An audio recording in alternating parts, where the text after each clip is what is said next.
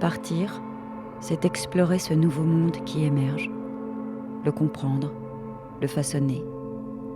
Partir, c'est vouloir participer à un concert de voix nouvelles dans lequel chacun ambitionne d'ouvrir un chemin original et répondre à cette question qui taraude tous les voyageurs. D'où viens-tu ?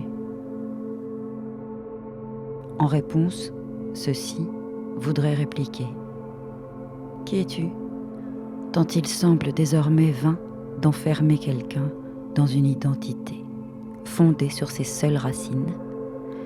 Alors, le monde d'aujourd'hui crie à tous les candidats au départ « Et vous ? Que rêvez-vous d'être désormais ?»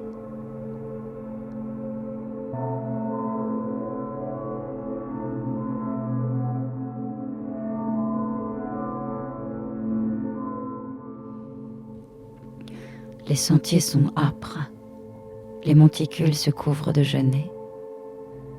L'air est immobile, que les oiseaux et les sources sont loin. Ce ne peut être que la fin du monde en avançant.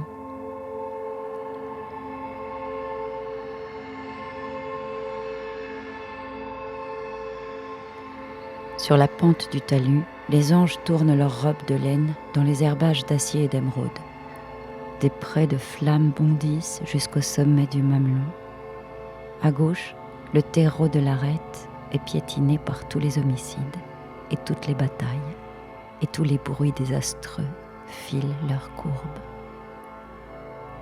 Derrière l'arête de droite, la ligne des Orients, des progrès. Et tandis que la bande en haut du tableau est formée de la rumeur tournante et bondissante des conques de mer et des nuits humaines, la douceur fleurie des étoiles et du ciel et du reste descend en face du talus, comme un panier, contre notre face, et fait l'abîme fleurant et bleu là-dessous.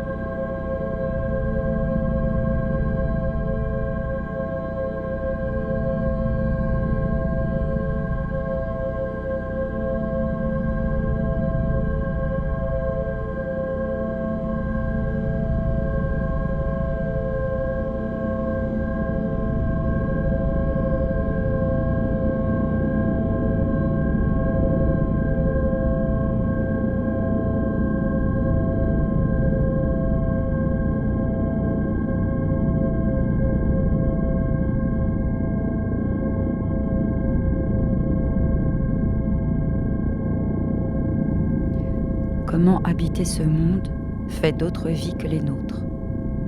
Les cartes, telles que nous les connaissons, disent un rapport à l'espace vidé de ses vivants. Un espace disponible que l'on peut conquérir et coloniser. Il nous faudrait donc, pour commencer, tenter de repeupler les cartes.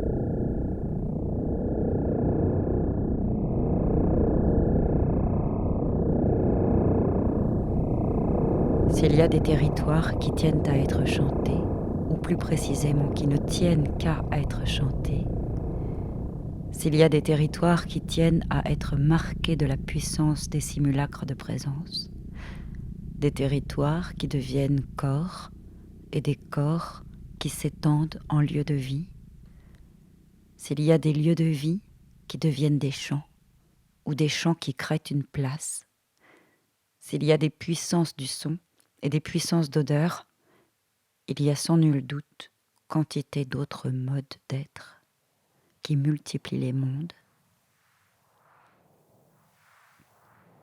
Quels verbes pourrions-nous découvrir qui évoqueraient ces puissances ? Y aurait-il des territoires dansés, des territoires aimés, des territoires disputés, partagés, conquis, marqués, connus, reconnus, appropriés, familiers, rêvés ? Combien de verbes et quels verbes peuvent faire un territoire ?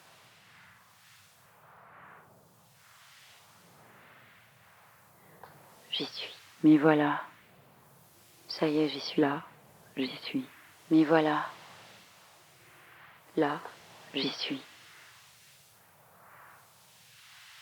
Passer d'un endroit à un autre.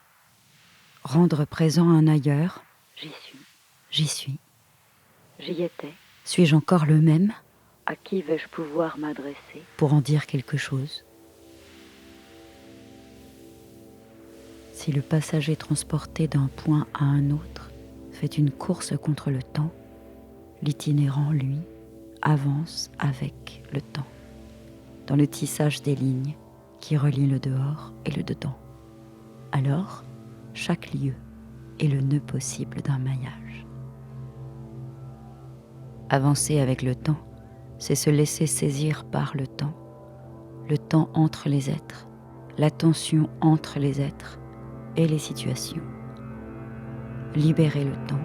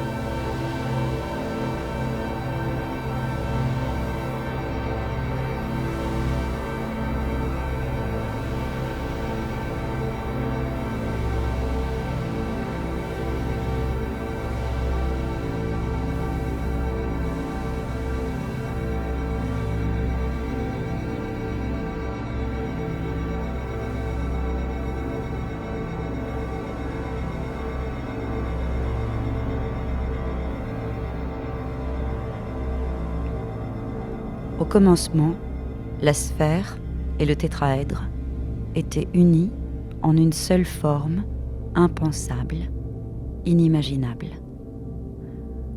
Concentration et expansion, mystérieusement unies en une seule volonté qui ne voulait que soi. Il y eut une séparation, mais l'unique reste l'unique. La sphère fut l'homme primordial qui, voulant réaliser séparément tous ses désirs et possibilités, s'émietta en figure de toutes les espèces d'animales et des hommes d'aujourd'hui. Le tétraèdre fut la plante primordiale qui engendra de même tous les végétaux. L'animal, fermé à l'espace extérieur, se creuse et se ramifie intérieurement, poumons, intestins, pour recevoir la nourriture, se conserver et se perpétuer. La plante, épanouie dans l'espace extérieur, se ramifie pour pénétrer la nourriture, les racines, le feuillage.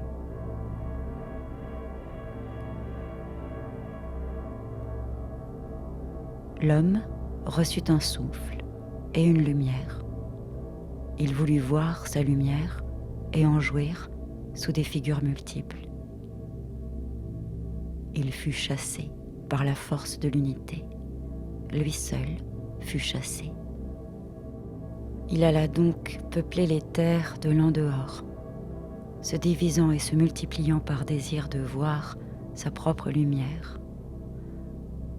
Parfois, un homme se soumet en son cœur, soumet le visible au voyant, et il cherche à revenir à son origine. Il cherche, puis il trouve, et il revient.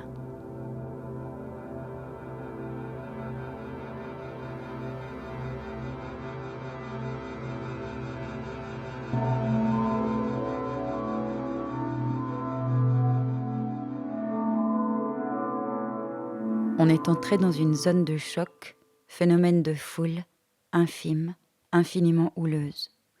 Les yeux fermés, on a des visions intérieures, des milliers et des milliers de points microscopiques fulgurants, d'éblouissants diamants, des éclairs pour microbes, des palais aux tourelles innombrables qui filent en l'air sous une pression inconnue, des arabesques, des festons, de la foire, de l'extrémisme dans la lumière qui, éclatante, vous vrille les nerfs, de l'extrémisme dans des couleurs qui vous mordent, vous assaillent, du tremblement dans les images, du va-et-vient, une optique grisante. On est devenu sensible à de très très fines variations, à d'infimes fluctuations, que pour mieux observer, on est du reste peut-être simultanément occupé à visualiser. Mais d'abord, on a perdu pied. On a perdu la conscience de ses points d'appui, de ses membres, de ses organes et des régions de son corps, lequel ne compte plus, fluide au milieu des fluides. On a perdu sa demeure, on est devenu excentrique à soi. En même temps que l'univers a changé, en même temps, on est entré en état second. Vision et fluidité, envers et avers de la même pièce. Il a fallu larguer les amarres du confortable état premier où l'on était, sur lequel on s'appuyait, et perdre ces excellentes localisations qui tenaient l'infini hors des remparts.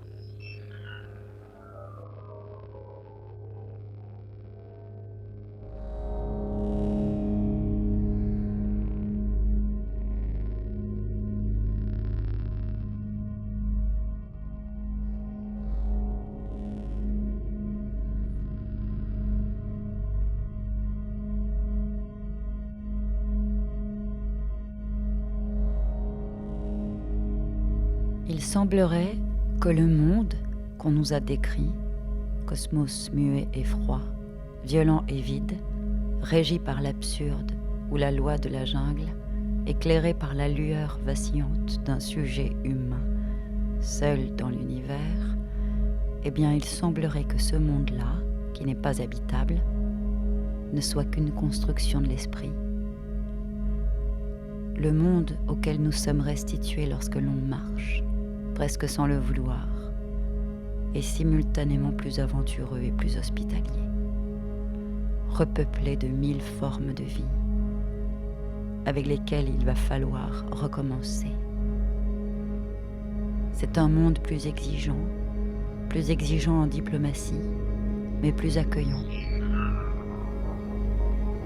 Nous sommes bien entourés par d'autres vivants, des rivières, des bactéries, des végétaux, des animaux, des insectes, des friches et des forêts qui nous constituent du dedans.